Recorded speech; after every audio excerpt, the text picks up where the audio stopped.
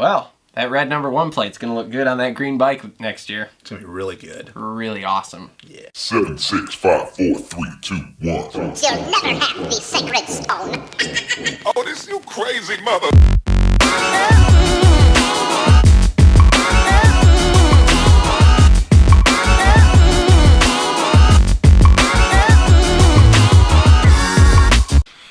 You guys see that monster truck do a front flip? I was in shock. I know we just want to listen to motocross stuff, but... Did you say motocross? The motocross stuff. Don't be like Brandon Mays. But anywho, yeah, monster truck did front flip. If you haven't seen it, go look it up on YouTube. It's nuts. It's wild. crazy. It's crazy. But onto some shit that actually matters. Yeah, so, okay, let's handle the business first. Okay, so, we are trying to go to the Vegas finals here, so we can bring you guys... Better content. More information. Because when you see stuff in practice, when you're there, that you don't see... What is this thing you're doing with your hands right now? I don't know what to do with my hands. I don't know what to do with my... Anyway, so down below there's a link to Amazon. It goes to my affiliate program website. If you guys click that link, it'll take you to the actual camera we use to film. You don't have to actually buy that though. No. But anything, if you click the link and then go through Amazon at that point, anything you buy on Amazon for like the next 24 hours there, we get a little slice of it. Will help us out. We'd appreciate it. We're trying to raise some funds. Be really cool to build a studio so we don't have to have a picture of me in the background all the time. Yeah, nobody wants to see that. But we're trying to, like I said, we're trying to get to the Supercross finals in Vegas. So if you guys help us out, get there. Like I said, we can bring you guys some better content. We'd like to start, you know, doing like normal shows do. We'd like to start doing some giveaways and stuff. But right now we're broke, so. Yeah. You know, I mean, we could give away a date with this guy. No, we could give away. Bearded Charmer. We could give away a bag of chips. Get off my chips, bro. Anyway, yeah. So that's the business end. Let's get to the show. Okay, so let's talk Detroit. In the books now. Got something to talk about. Oh, never mind. We got one other thing. Go. Yeah, I don't mean to start off the show on a somber note, guys, but in light of some news that I found out last night, well, I guess you say early morning, the Moto community lost a really great, hardworking kid, Cody Gregg, and his father, Chris Gregg. Amazing guy.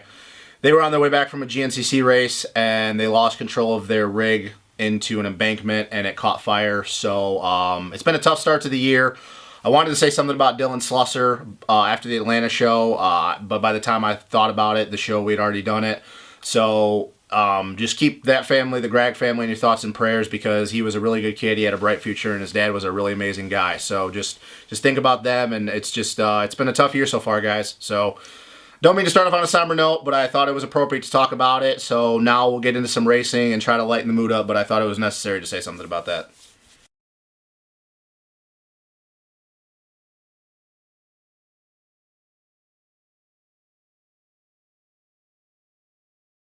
Okay, so off the somber note, let's get into the racing. Let's talk about Detroit. Here, Detroit's in the books. You were there again. I was there again. Yeah, you were in another race. Again. I was not in a suite this time. Sucked. Sat by some kids were in my back of my row behind me screaming. I was like, holy shit, man. I was at Kentucky and Tennessee all weekend trying to find tracks to ride. We'll just leave it at that. So anyway. So let's talk about the Detroit track, though. Typical Detroit. It was hard. It was slick. I'll tell you what. The wall jump. We sat where I could see the wall jump in the for the night show. That's where my seats were. Those guys hit that wall jump all night, hard as hell.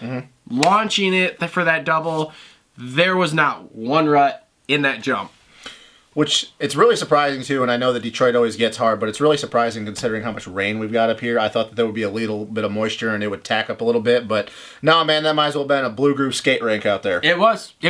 Actually, the face of the wall was Blue Groove. It really was. It really was.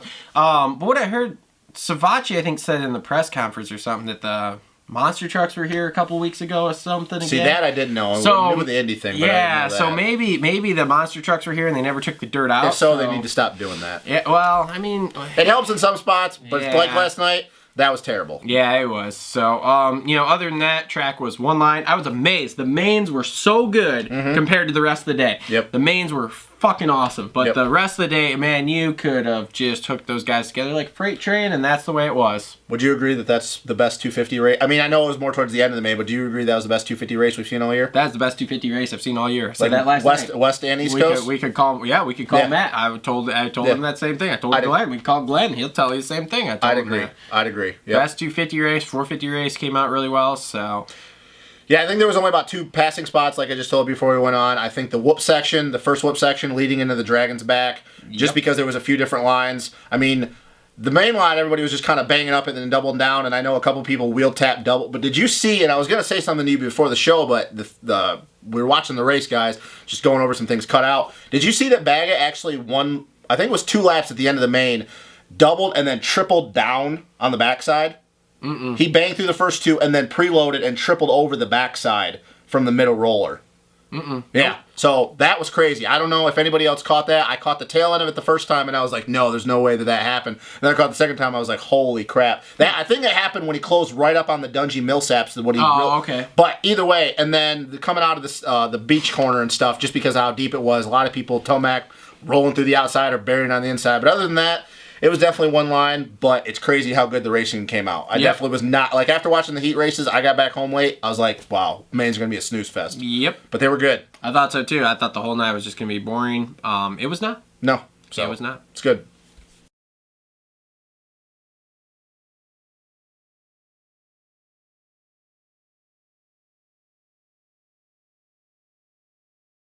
Okay, let's jump into 250s. You want to start or you want me to start? All I have to say is, obviously you saw it, I didn't, but crazy stuff continues to keep happening in practice in the 250 class. It does. Those guys are nuts. It's practice. What the hell are you doing? Let's start with the practice drama here. And honestly, though, I mean, I know you're going to go, but I was surprised when Zacho and AC got into it. I was even more surprised that Christian and Amar, 2 dudes that never take anybody out. No, I couldn't believe it. So, for anybody who didn't see it, basically, Craig T-boned Amart. Like, there was no turn. You can go back, you can watch it, you can look it up. It's all over. Go to Moto X Addicts on Facebook or whatever, Racer X. It's all over. He T-boned Amart right in the corner before the finish line and sent him over the berm and basically reverse scorpion him. Like, dude, it was nuts. It was absolutely nuts. And if you go back and you read what he put on Instagram and Twitter, it basically was I didn't mean to hurt him, but I meant to hit him type deal. Which if you watch it, you can tell, because he doesn't turn his bars at all. Like, he just straight drives into Amart. Basically, from my understanding, was he tried to set a fast lap a couple laps before that. Amart didn't get out of the way. Came around the second time, tried to set a fast lap. Amart still didn't get out of the way. So he said, fuck you, Amart, and T-boned him. And Amart didn't race last night. I guess he was sore or something. He got up and walked off the track, so he must be okay, but he wasn't completely okay. But, excuse me, double. But he, that was wild. He got fined. He had to have the last gate pick in the main, no matter how he did in his heat. And then he comes out and, kills it in the heat race. Kills it in the heat race. Oh, by the way, there was already a meme about that this morning. Yeah, I got Somebody it. goes, Surprise me. ejectocito, cuz. I go, no way. Yes. But yeah, no, but yeah, so that was wild, and it just adds to Craig's underwhelming year. I think he's just getting pissed. I mean, him and DV just split ways. For anybody that know, David Villeman was his riding coach. We kind of, when we originally started, we talked about it. You know how I feel about Villeman. I thought it might work just because of, opposites attract, the dynamic there. But I think after that, and then doing something that Christian never really does, I think he's actually getting to the point that he's getting aggravated about stuff. And it's crazy how good he looked in the heat race. Like, you would have thought that if he would, honestly, I don't know if he would have won, but if he would have rode like that in the main, he probably could have finished second. Oh yeah. Because, I mean, he gapped everybody. Easily. So, but I mean, it adds more drama, but it's once again, it's like, really, guys, like, it's practice. Like, how much as the time qualify, it hasn't even paid any dividends by the time the night show comes. Nope. What you do in qualifying. Nope. It just basically not. sets for a tone of oh yeah, I got fast lap. Yep. So who cares? Yep. So anyway, well, let's move on to the let's start talking about this main here. Yep. You want to start with AC or you want to start with Osborne? I kind of want to start with the Osborne thing. All right. So Osborne is now not winning this title. Yes. He's so happy about this. I am. Poor kid. I mean, just a product of circumstances last night. Goes into the first corner and the man got squeezed off. Squeezed off. Terrible. Terrible. Anyway, comes out with a flat front tire. Has to go in and change it. He was like 3 laps down. He came out and rode, which was funny too. Because when he came back out, I was watching him a little bit. He would come up on some of those slower privateer guys and like rev the piss out of them. Like, get the fuck out of my way. And I'm like, dude, you're like 4 laps down. Yeah, like, no you're shit. behind Like, him you're still. out of position. Like, you're not in place right now. Because I kept watching until about 10 minutes in to see if he was moving up. Because he kept blowing by dudes, obviously. No, he was still in 21st. I'm like, oh my God. So, I guess the question, I mean, there's not really much to say about that, but before we go to AC, I guess the question is now, Savatgy looks like he's going to win this championship, but with Jordan getting his first win, he's only 9 down.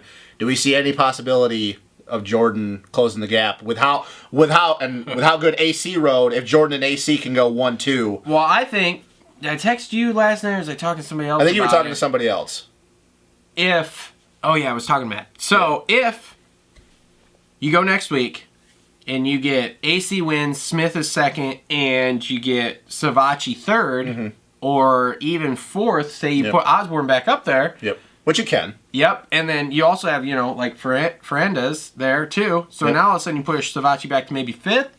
All of a sudden you have 4 dudes within 3 points of each other pretty much. Because right now you have Savatgy's 9 points out, and then it literally goes 9, 10, 11. Yep. So second, third, fourth are all within 2 points of each other. So, I mean, if you have Savatgy, pulls a typical Savatgy, even last night, he gets in the lead. I lean over to Matt, who I'm there with, and I go, well, if he doesn't pull a Savatgy, he might win this race. Not even 5 minutes later, he tucks the front in that corner. Yep.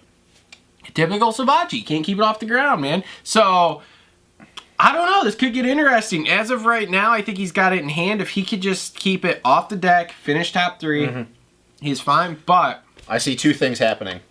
I see him getting into a situation where the only time he really pushes to try to win is if Osborne's in front of him. I say if Jordan and AC are in front of him and say he's just not feeling it, he's latching onto him and they're just gapping a little bit and he's just like, whatever. I say because he knows that there's only 3 rounds to go and he's got a 9-point lead on Jordan, he basically just mails it in and gets on the box. Because that's all he has to do, basically. maybe, but you're also talking about a guy who lost the points by 1 point last year. He knows every point matters. So But does he push it and go, hey, I got to get every single point I can? I agree with you, but also I guess the way I look at it as the way I would play the devil's advocate on that end, Zach Osborne is not Cooper Webb. And neither is Jordan Smith. Whereas with Cooper, he had to beat Cooper to win. Mm-hmm. You can't guarantee, especially after last night, that Zach and Jordan are going to win every race. That's true. Now, if you were going to come and tell me that they were on that level, then yes, I would completely agree that Joey needs to win every race. But let's be honest. Jordan got his first win last night. I still say I'm so pumped for the kid. That is awesome. You could tell how much just jubilation he had. But Joey gets another lap, and I say he gets around him. Because Jordan, I would say he was holding him up a little bit. But point is, I don't see it happening. I see Joey winning this. My point is, though, does he mail it in or does he actually try to go for wins? I say because of the Savatgy syndrome, I say he mails it in and just tries to podium. He could. Which would be smart, don't you think? Yeah. With everything that he's gone through, I would say that it'd be smart if he needs to get a championship before he gets out of his class. It's funny. Matt texts me. A different Matt. He goes, well, Savatgy just pulled a Dungey.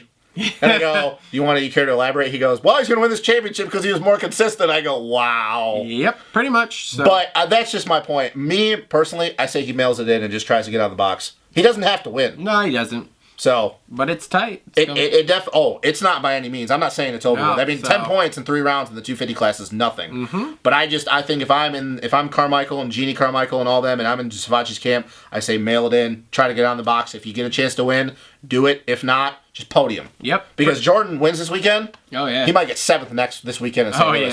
Oh yeah. And now with Osborne, he's going to try to push as hard as possible and might hit the. Yep. So there's a lot of stuff going on. Even though Joey, it looks like he's got the championship, it's not over by any means. So. Yeah. So, and one more thing with the 250s, we talk about AC. Had a great night. Great night. He probably should have won that race had he not tucked the front end after the start there. Which again, he's got the same problem Savachi does. He can't keep it off the ground. Now, luckily, he's older, he's stronger, tougher. So if he does put it on the ground, he's doing okay. But he had his knee, he said, wasn't 100% last night either. He said he didn't get to ride much this week. It was real swollen. So, but other than that, it was a great night for AC too. So. How much you say he wins by if he doesn't go down? Since you were there, I say he wins by 8 seconds. I would go 5 or 6. 5 or 6? Yeah. Okay. Yeah. He was clearing away the fastest. Smith was on a freight train coming forward. I just say that AC looked clearing away, and you know. Yeah, he was. He was clearing away the fastest guy. He was the fastest dude there all day. Like qualifying, everything. He was fast. So and Smith just got a shit start in his heat. But he was on a train coming through, and I think part of it had to do with he saw the track right before the main because he was in the LCQ. Yep. No, he looked good. Like I said, I'm happy for the kid. It's been a long time coming. Yeah. It's been a long time coming. So yeah, he's had speed. He just can't keep it off the ground. So anyway, so that's our thoughts on the 250 class.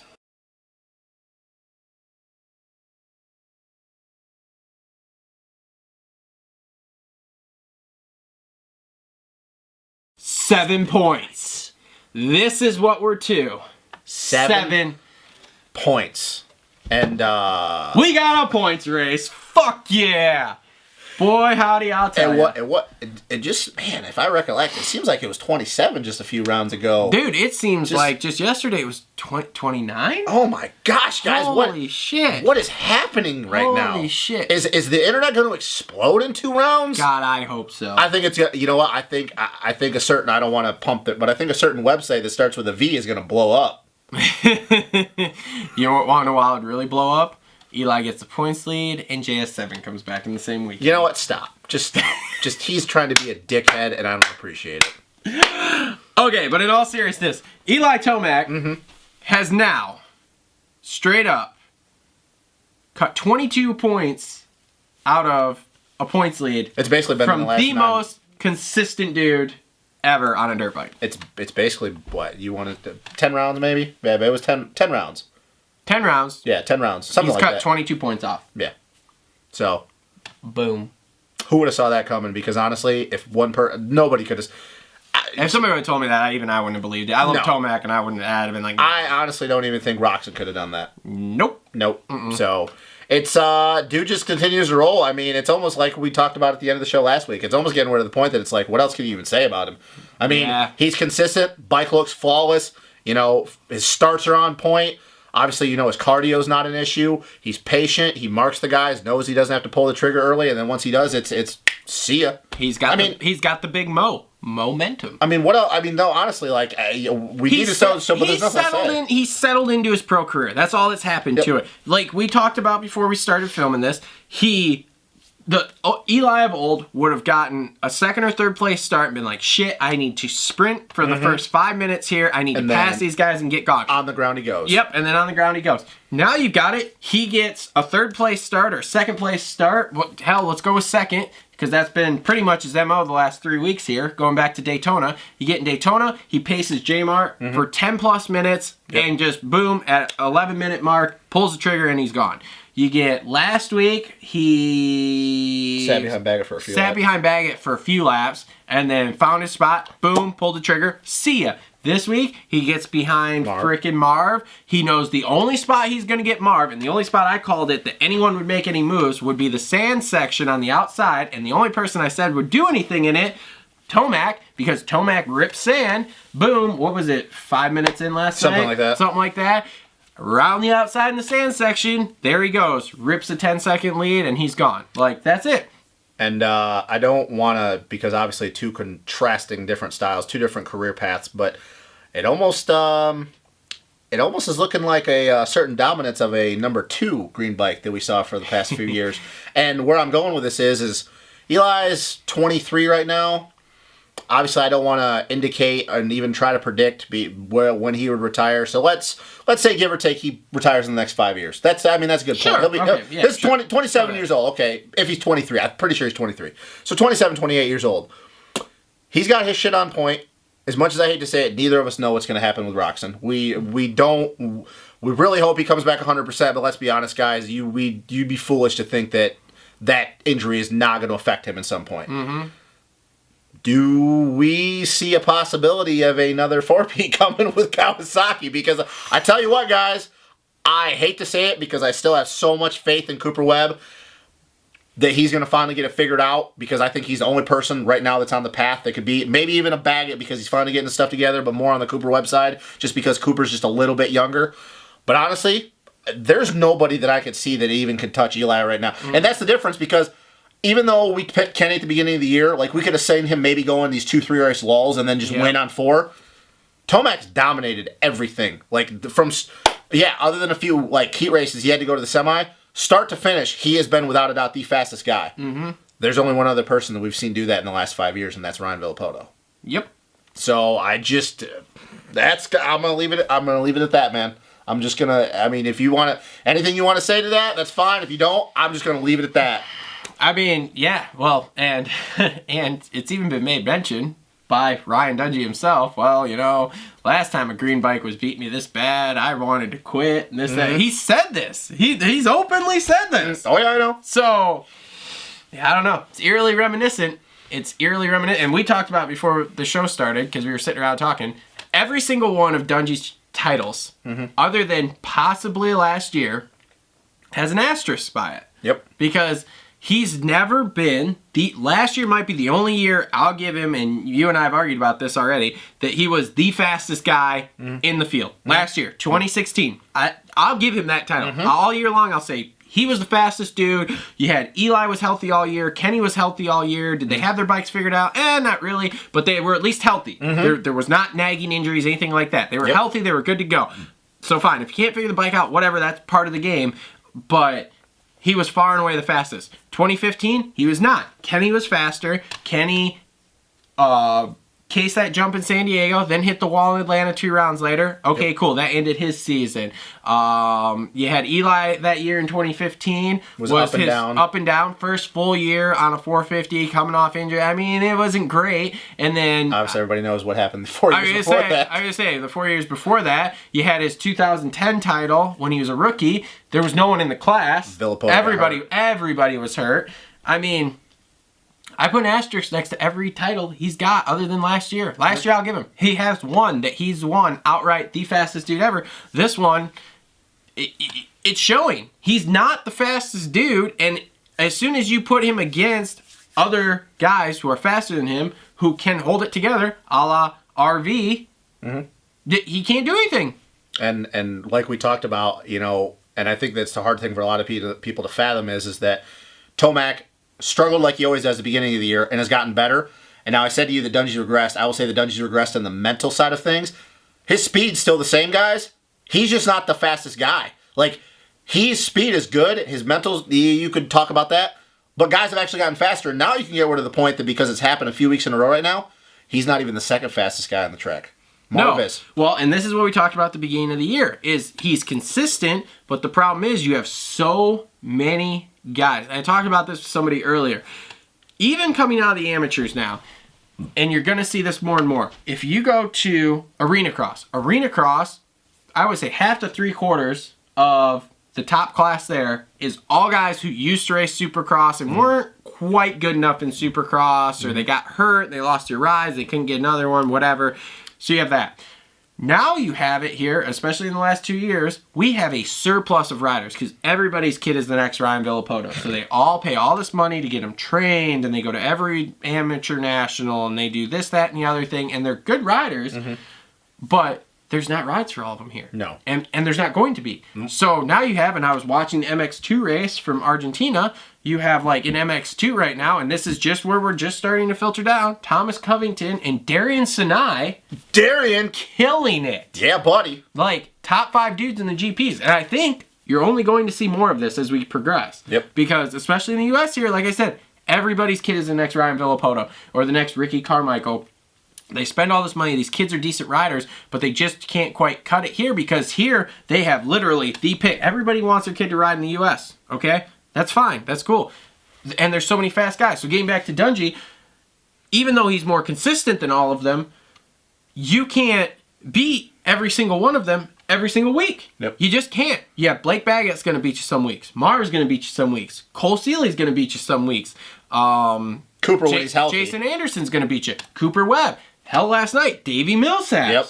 I mean, the list goes on and on and on. And yeah, you might have this dude falls off this week and gets an 8th. This dude falls off this week and gets a 7th. But they're not all going to fall off every single week. So if you have a guy like Tomac, who's now proving his consistency and is fast, he's going to win far and away because he's the fastest dude and he's consistent with it now. Okay? Then you have this whole laundry list of guys that you still have to be faster than, and you're not. And Dungey isn't. And we're seeing it. Mars beat him 2 weeks in a row. And we honestly, it even goes back to our prediction show we talked about with Dungey. And, you know, the thing with Dungey is over the years, he gets his wins here and there. He picks his spots.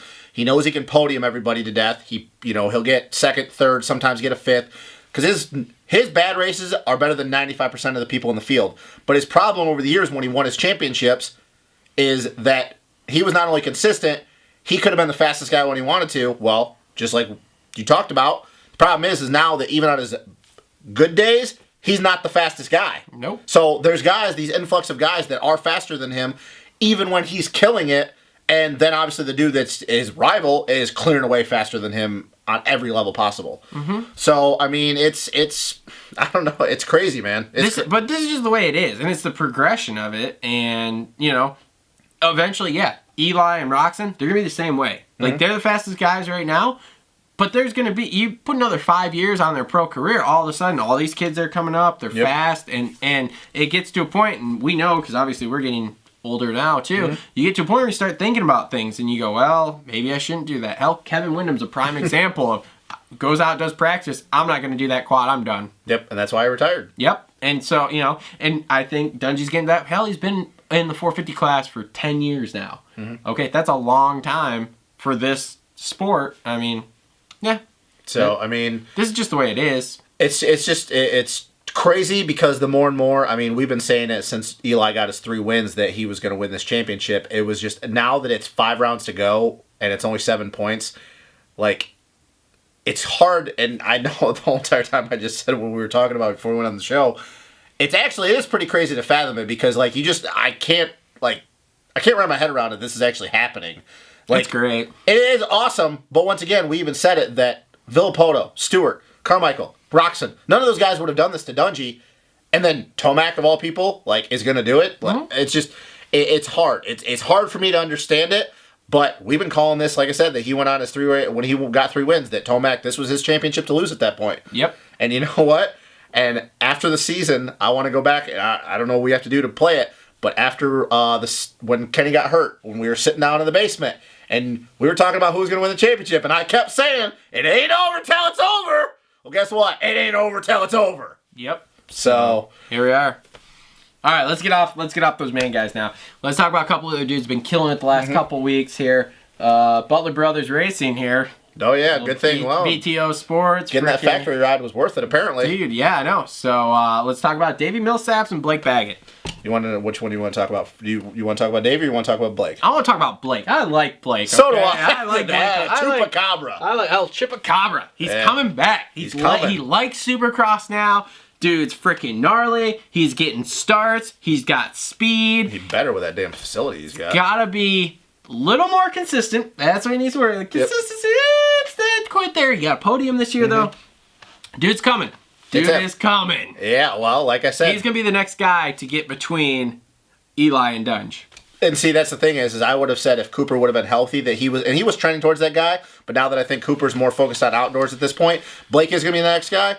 Like I said to you give him 2 more laps, I say Baggett gets Dungey and Dungey doesn't finish on the box. Oh, yeah, in Detroit. Because he was coming because, once again, Blake came from, like, 10th or outside the top 10. Like, it was either 10th or 12th. He got a shit start. It was terrible. And he came through and he closed the gap on Dunge and Millsaps, whether you want to say that they were playing cat and mouse, whatever. But he closed the gap on Dungey, and somebody have to go back and look, or we'd have to go back and look, but I think Baggett set the second fastest lap of the main last night. He might have. Like, it was like with 2 minutes to go. Obviously, Eli had the fastest. But yeah, dude, it's going to happen. It's going to happen. Yep. It's going to happen. Yep. So, and then on the counterpart, his teammate, Davey Millsaps, kind of the resurgence, came off that Canadian National Outdoor Championship last year. And last night, got a great start. held off Dunge for a long time. And here's what it was, okay? And Dunge said this in the press conference, like, hey, I should have left my bike alone. It was good all day. He got to the main. He made a clicker adjustment. I sat right there in the section, watched the whoops and the Dragon's back. Through the whoops, Davey, smooth, flat. And Davey's always been good in the whoops because he's from that old school when the whoops were real gnarly, you know. He was straight, flat, smooth, right through him, skimming him. Dungy would go through, and that's where he would lose time. There in that first Dragon's back, Dungy's bike was going up and down more than it was moving forward. And that's where he was losing time. And even he said that, too. But, you know, you could watch it last night. You could clearly watch it. So I mean, you know what? I know people have a lot of views on Davey, everything he's been through. You know, he got burned out a couple years ago. They say he's wasted some of his rides since he got out of the 250 class. But you know what? I like Davey. He's a good dude. I don't care what anybody says. Yeah, he's blunt about things, but you have to be in this industry. And, I mean, he's proven that people for a long time, I think it's probably been about maybe after the JGR ride, so whatever, 2011, 2012, whenever that ride was over with, that Davey was done. Like, his career was over with. Davey is still a top guy when he wants to be, and now he's proving that he wants it. He wants to still be a top guy. So for anybody to say, well, oh, Davey's washed up and that's it. No, Davey's had flashes of brilliance this year, and I don't know for sure if he's going to run Canadian Nationals again, defend his title, or go outdoors, but I will say if he goes outdoors and he's looking like this and he's actually feeling it and wants to ride, he's a top 5 guy in my opinion. I don't care what anybody says. that I don't know. He's proven it before. I don't know. I do. We'll talk about that when we get to outdoors. But anywho, I mean, looks great in Supercross. Looks great. Who would have said he'd been top 5? Who would have said he would have been top 5 in Supercross? Yeah, well, we argued about this before the season even started, I think. Yeah. I had Davey, and then I was going to do well, and I was like, I got to see. And then I retracted it and stuff because I wasn't really sure. And that's the thing. I say he's top 5 if he's feeling it, but once again, it could be one of those things where he just doesn't care. But all I know, the point is that I'm happy for him. It's awesome because it shuts down the naysayers that say, oh, he's been washed up for years. No, he's not. So they're doing great. They are. Backing up that factory KTM spot. And that's our thoughts on the 450 class.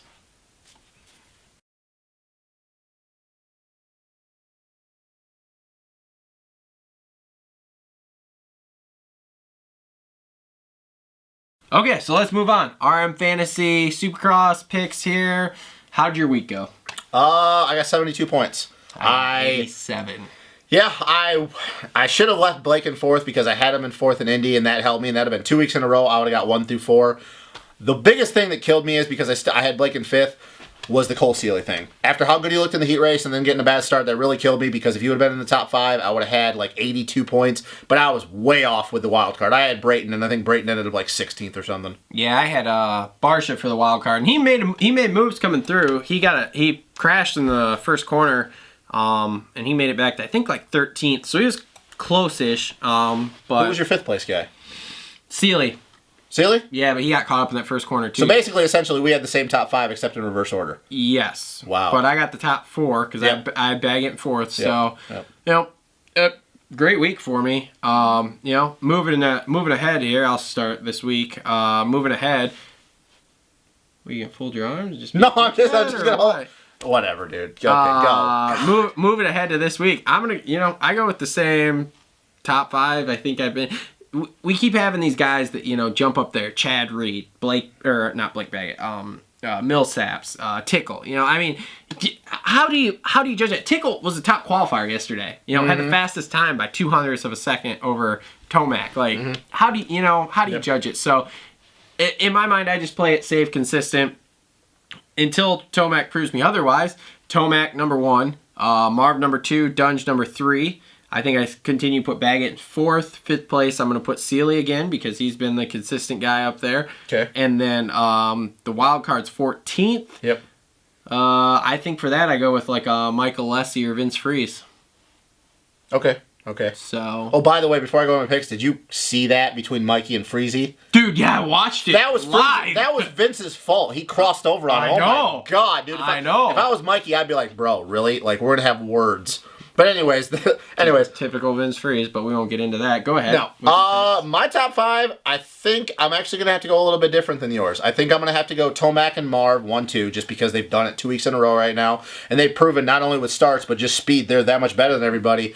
But I think I'm going to have to move Dungy down, and I'm going to have to put Baggett on the box. Okay. The reason why I say that is, and it's a big if, but if he gets a start, I'm sorry, Dungey is not faster than he is. Nope. He's not. And St. Louis, the track looks very one-lined, but the dirt is always great in St. Louis. It is always tacky in St. Louis. Awesome. And let's be honest, that fits Baggett's style. He rides in almost the same exact dirt in Florida. So I know where you're coming from, and I think if I were to be the safe bet in points, you're more than likely going to be right. But I just want to see Baggett because I think he is. I think he's faster than Dungey. So I'm going to have to put Baggett in third, Dungey fourth, and then it'll be another surprise. I'm not going to put Cole or Anderson in fifth. And shocking after how Detroit went, but I think it's just, I have this feeling I have to put Coop in fifth. And no basis, nothing to base that off of after Detroit last night, and even after what I said about thinking about outdoors. Yeah. But couldn't you just see Cooper doing one of those things where he comes in, he has a bad race, you know he's going to be pissed about it, even though he has no reason to be. And if he rides all week, no, I can see it. So, Tomac first, by a long shot. Marvin second, Baggett third, Dungey fourth, and Coop fifth. And I think for 14th, I think I'd pick one of those two that you picked, but I think, what the hell, Malcolm Stewart. Why not? Why not? Why not? No, I don't blame you. Why not? You know what? My luck could be one of those things that he's running seventh the whole entire lap, or a whole entire main, crashes on the last lap, gets 15th. That'd be my luck. That's what would happen, because I don't know about you, but I don't think I've gotten the wild card right one time this year. I think I got once. But I don't remember what that's the thing, though. Like, the wild card is harder to pick than any of the other spots. Oh, yeah, totally. So, Tomac, Marv, Baggett, Dunge, Coop, and then Malcolm.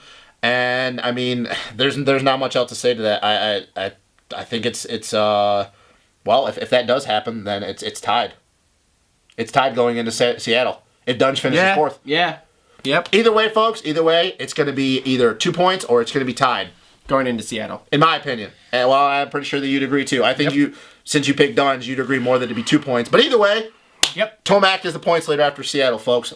Stamp it. Yep. So, that's pretty much it for the Moto Aftermath show today.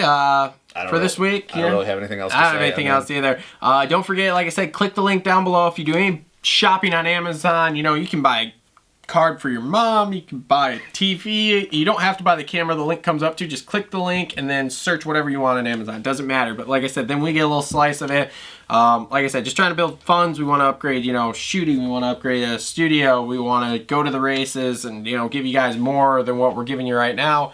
So, that'll help us all out with that. Don't forget to like, comment, subscribe, share this. Tell your friends about it who are moto heads. Have them watch it. Have them comment on it. Even if you guys think, hey, these guys are freaking dickheads. They don't know what they're talking about. Like, Dungey's the man. He's going to win. Whatever. I don't care. If you want to say Michael Lessie's going to win, I don't give a damn. Just comment down below, I'll go back and forth with you. I really will. I comment on everybody's thing. I read all the comments, too. So. Yeah, so do I. I mean, I don't comment on the stuff, but I always read it. You can call me a huge dickhead. I don't care. It's just the internet. It doesn't matter. Yeah, so anyway, that's all we got for the show. So we'll see you guys next week after St. Louis.